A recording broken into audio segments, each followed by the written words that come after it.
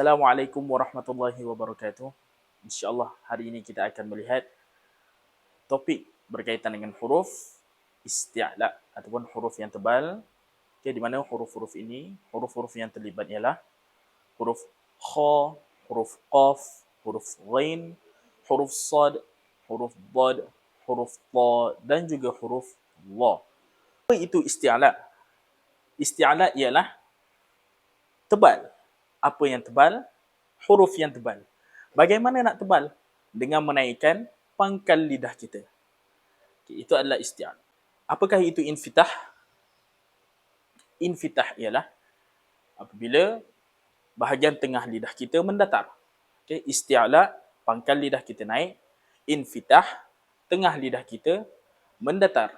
Menyebabkan ada ruang yang terbuka antara lelangit dan juga tengah lidah kita.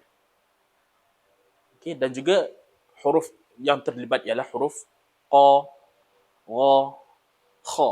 Lihat, bunyinya terbuka. Qa, kha, ra. Apakah itu itbaq?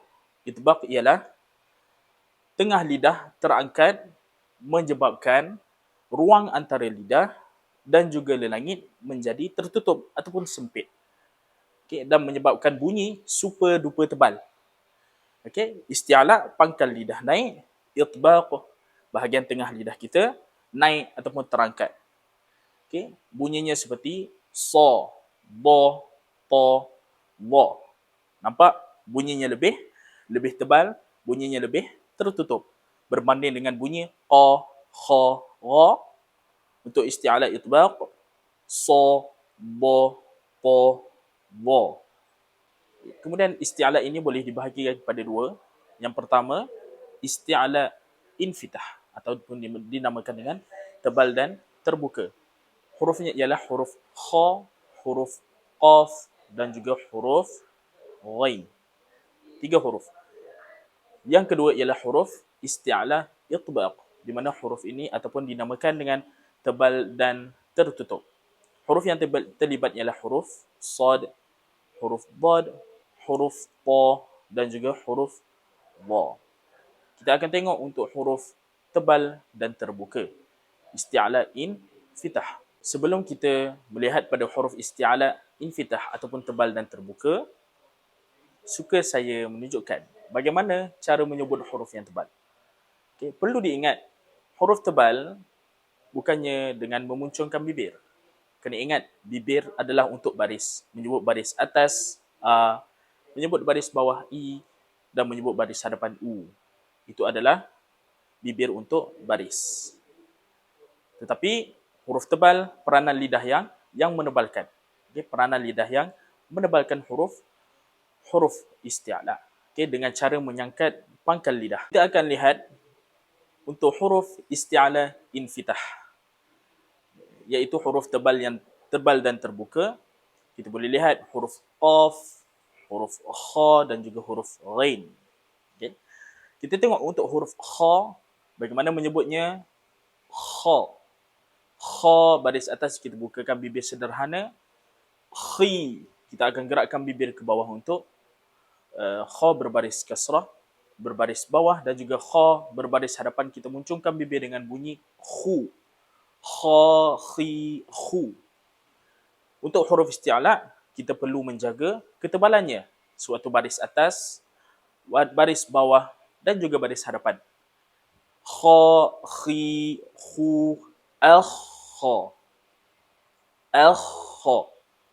Okay, apabila menyebutkan huruf kha yang bersabdu, okay, pastikan huruf kha kita terus tebalkan. Jangan kita bunyikan nipis seperti kha. Tebalkan terus. Kha. Dan juga kita perlu jaga supaya tidak muncungkan bibir. Kita boleh juga meletakkan jari pada bibir kita begini untuk kita lihat sama ada kita muncung ataupun tidak. Jika hujung bibir kita terkena pada hujung jari kita, pada jari kita, maka itu adalah kita muncungkan bibir. Okay, pastikan bila menyebut huruf tebal, bibir kita tidak menyentuh ataupun bibir kita tidak menolak jari kita. Saya tunjukkan contoh. Kha, khi, khu, akha. Okay, kalau kita termuncungkan bibir, dia akan tertolak begini. Kha, khi, khu. Dia akan menolak jari kita. Huruf yang seterusnya ialah huruf ghain. Huruf ghain juga huruf tebal dan terbuka. Pastikan kita menyebutnya dengan mengangkat pangkal lidah sahaja dan tidak memuncungkan bibir kecuali pada baris harapan sahaja, kerana baris harapan kita perlu muncungkan bibir kita. Okay, bunyinya ra, ri, ru, al-ra. Okay, pastikan al-ra kita nak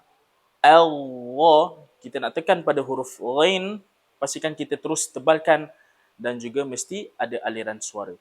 Al-ra, al-ra. Saya tunjukkan contoh dengan menggunakan jari. Ra, ri, ru, al-ra. Pastikan selain daripada baris hadapan, bibir kita jangan muncung ataupun jangan menolak jari kita. Wa, ri, ru. Jangan menolak. Wa, ri. Okay, pastikan tidak menolak. Ra, ri, ru, al-ra. Kita pergi boleh kepada huruf qaf. Pastikan kita menyebut huruf qaf, pangkal lidah dinaikkan dan tidak memuncungkan bibir. Qa, qi, u, aq, qa. Untuk huruf qaf, aq, qa, pastikan kita akan tahan sebentar huruf qaf. Aq, qa. Okay, untuk huruf qaf yang bersabdu. Qa, qi, u, aq, qa. Pastikan jangan munculkan bibir. Kita tengok contoh dengan menggunakan jari. Qa, qi, u, aq, qa. Okay, jangan sampai termuncungkan bibir. Qa, qi. Nampak tak jari akan tertolak. Qa, qi, u, aq, qa. Kemudian kita masuk pula bahagian huruf isti'la itbaq, tebal dan tertutup. Huruf apa yang perlu ditebalkan dan juga tertutup? Huruf sad, huruf dad, huruf ta dan juga huruf ba. Bagaimana caranya untuk kita menebalkan huruf tersebut? Dengan cara kita menaikkan pangkal lidah dan juga kita menaikkan bahagian tengah lidah. Okay, dengan kata lain, hampir ke semua bahagian lidah kita terangkat ke lelagi. Tengok huruf yang pertama iaitu huruf sad. Okay, menyebut huruf sad, pastikan tidak muncungkan bibir dan juga tebal dan tertutup. Sa, si, su, as-sa. Bila menyebut as-sa, terus tebalkan. Jangan nipiskan dulu, kemudian baru tebal. As-sa. Bukan. As-sa. As-sa. Terus tebalkan. Jangan munculkan bibir. Saya akan tunjukkan contoh dengan menggunakan jari. Sa, si, su, as-sa. Dapat?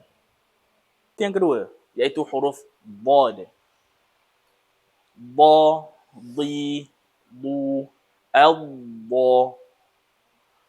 Pastikan hurufnya sentiasa tebal walaupun ia berbaris bawah.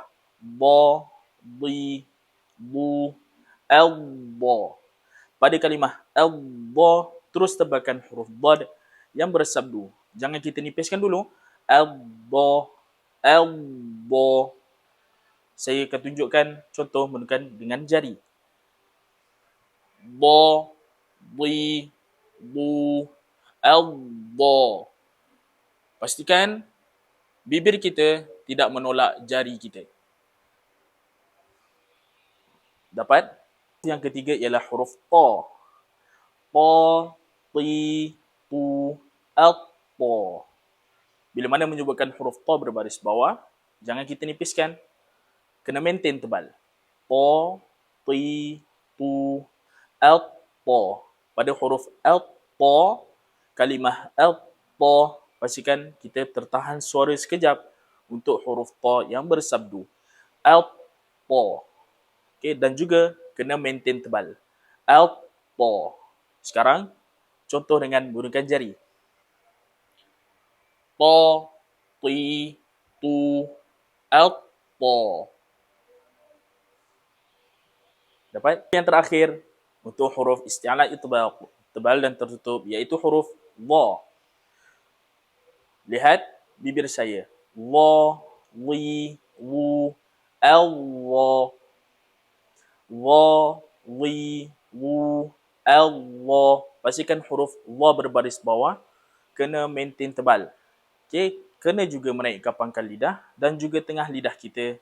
Dha, li. Dia tidak akan menjadi huruf dal ataupun bunyi nipis. Dha, di. Itu adalah nipis. Dha, li, lu, Allah. Pada kalimah Allah, kita akan terus tebalkan untuk huruf dha yang bersabdu. Allah.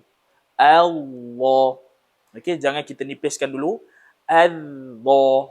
Okey, terus tebalkan. Allah. Sekarang kita tengok contoh menggunakan dengan jari. Pastikan kita tidak muncungkan bibir kita. La, li, lu, Allah. Dapat? Secara kesimpulannya, saya dapat berikan dua kesimpulan. Yang pertama, huruf tebal tidak boleh dimuncungkan bibir. Okey, kena ingat, bibir adalah untuk baris. Baris atas A, baris bawah I dan juga baris hadapan U. Kemudian, peranan lidah sahaja yang akan menebalkan huruf kita, iaitu huruf isti'la kan. Okay, peranan lidah. So, bo, o, dha, begitu. Kesimpulan yang kedua, iaitu perbezaan bunyi tebal terbuka dan juga tebal tertutup. Okay, perlu membezakan bunyi tebal terbuka dan juga tebal dan tertutup. Tebal terbuka, isti'la infitah, tebal terbuka, pangkal lidah sahaja kita dinaikkan, manakala bahagian tengah lidah kita mendatar, menyebabkan ada ruang yang luas, menyebabkan bunyinya akan lebih terbuka. Qa, ra, kha, itu adalah tebal dan terbuka. Manakala tebal dan tertutup, isti'ala itbaq, okay, pangkal lidah kita dinaikkan, manakala tengah lidah kita juga dinaikkan, menyebabkan ruang antara lelangit dan juga lidah kita menjadi sempit ataupun tertutup. Okay, menyebabkan bunyi super duper tebal. Seperti contoh, so, bo, po, bo. Begitu. Itu adalah perbezaan antara isti'ala infitah ataupun tebal dan terbuka dan isti'ala itbaq, tebal dan tertutup. Akhir kata, wallahu a'lam. Assalamualaikum warahmatullahi wabarakatuh.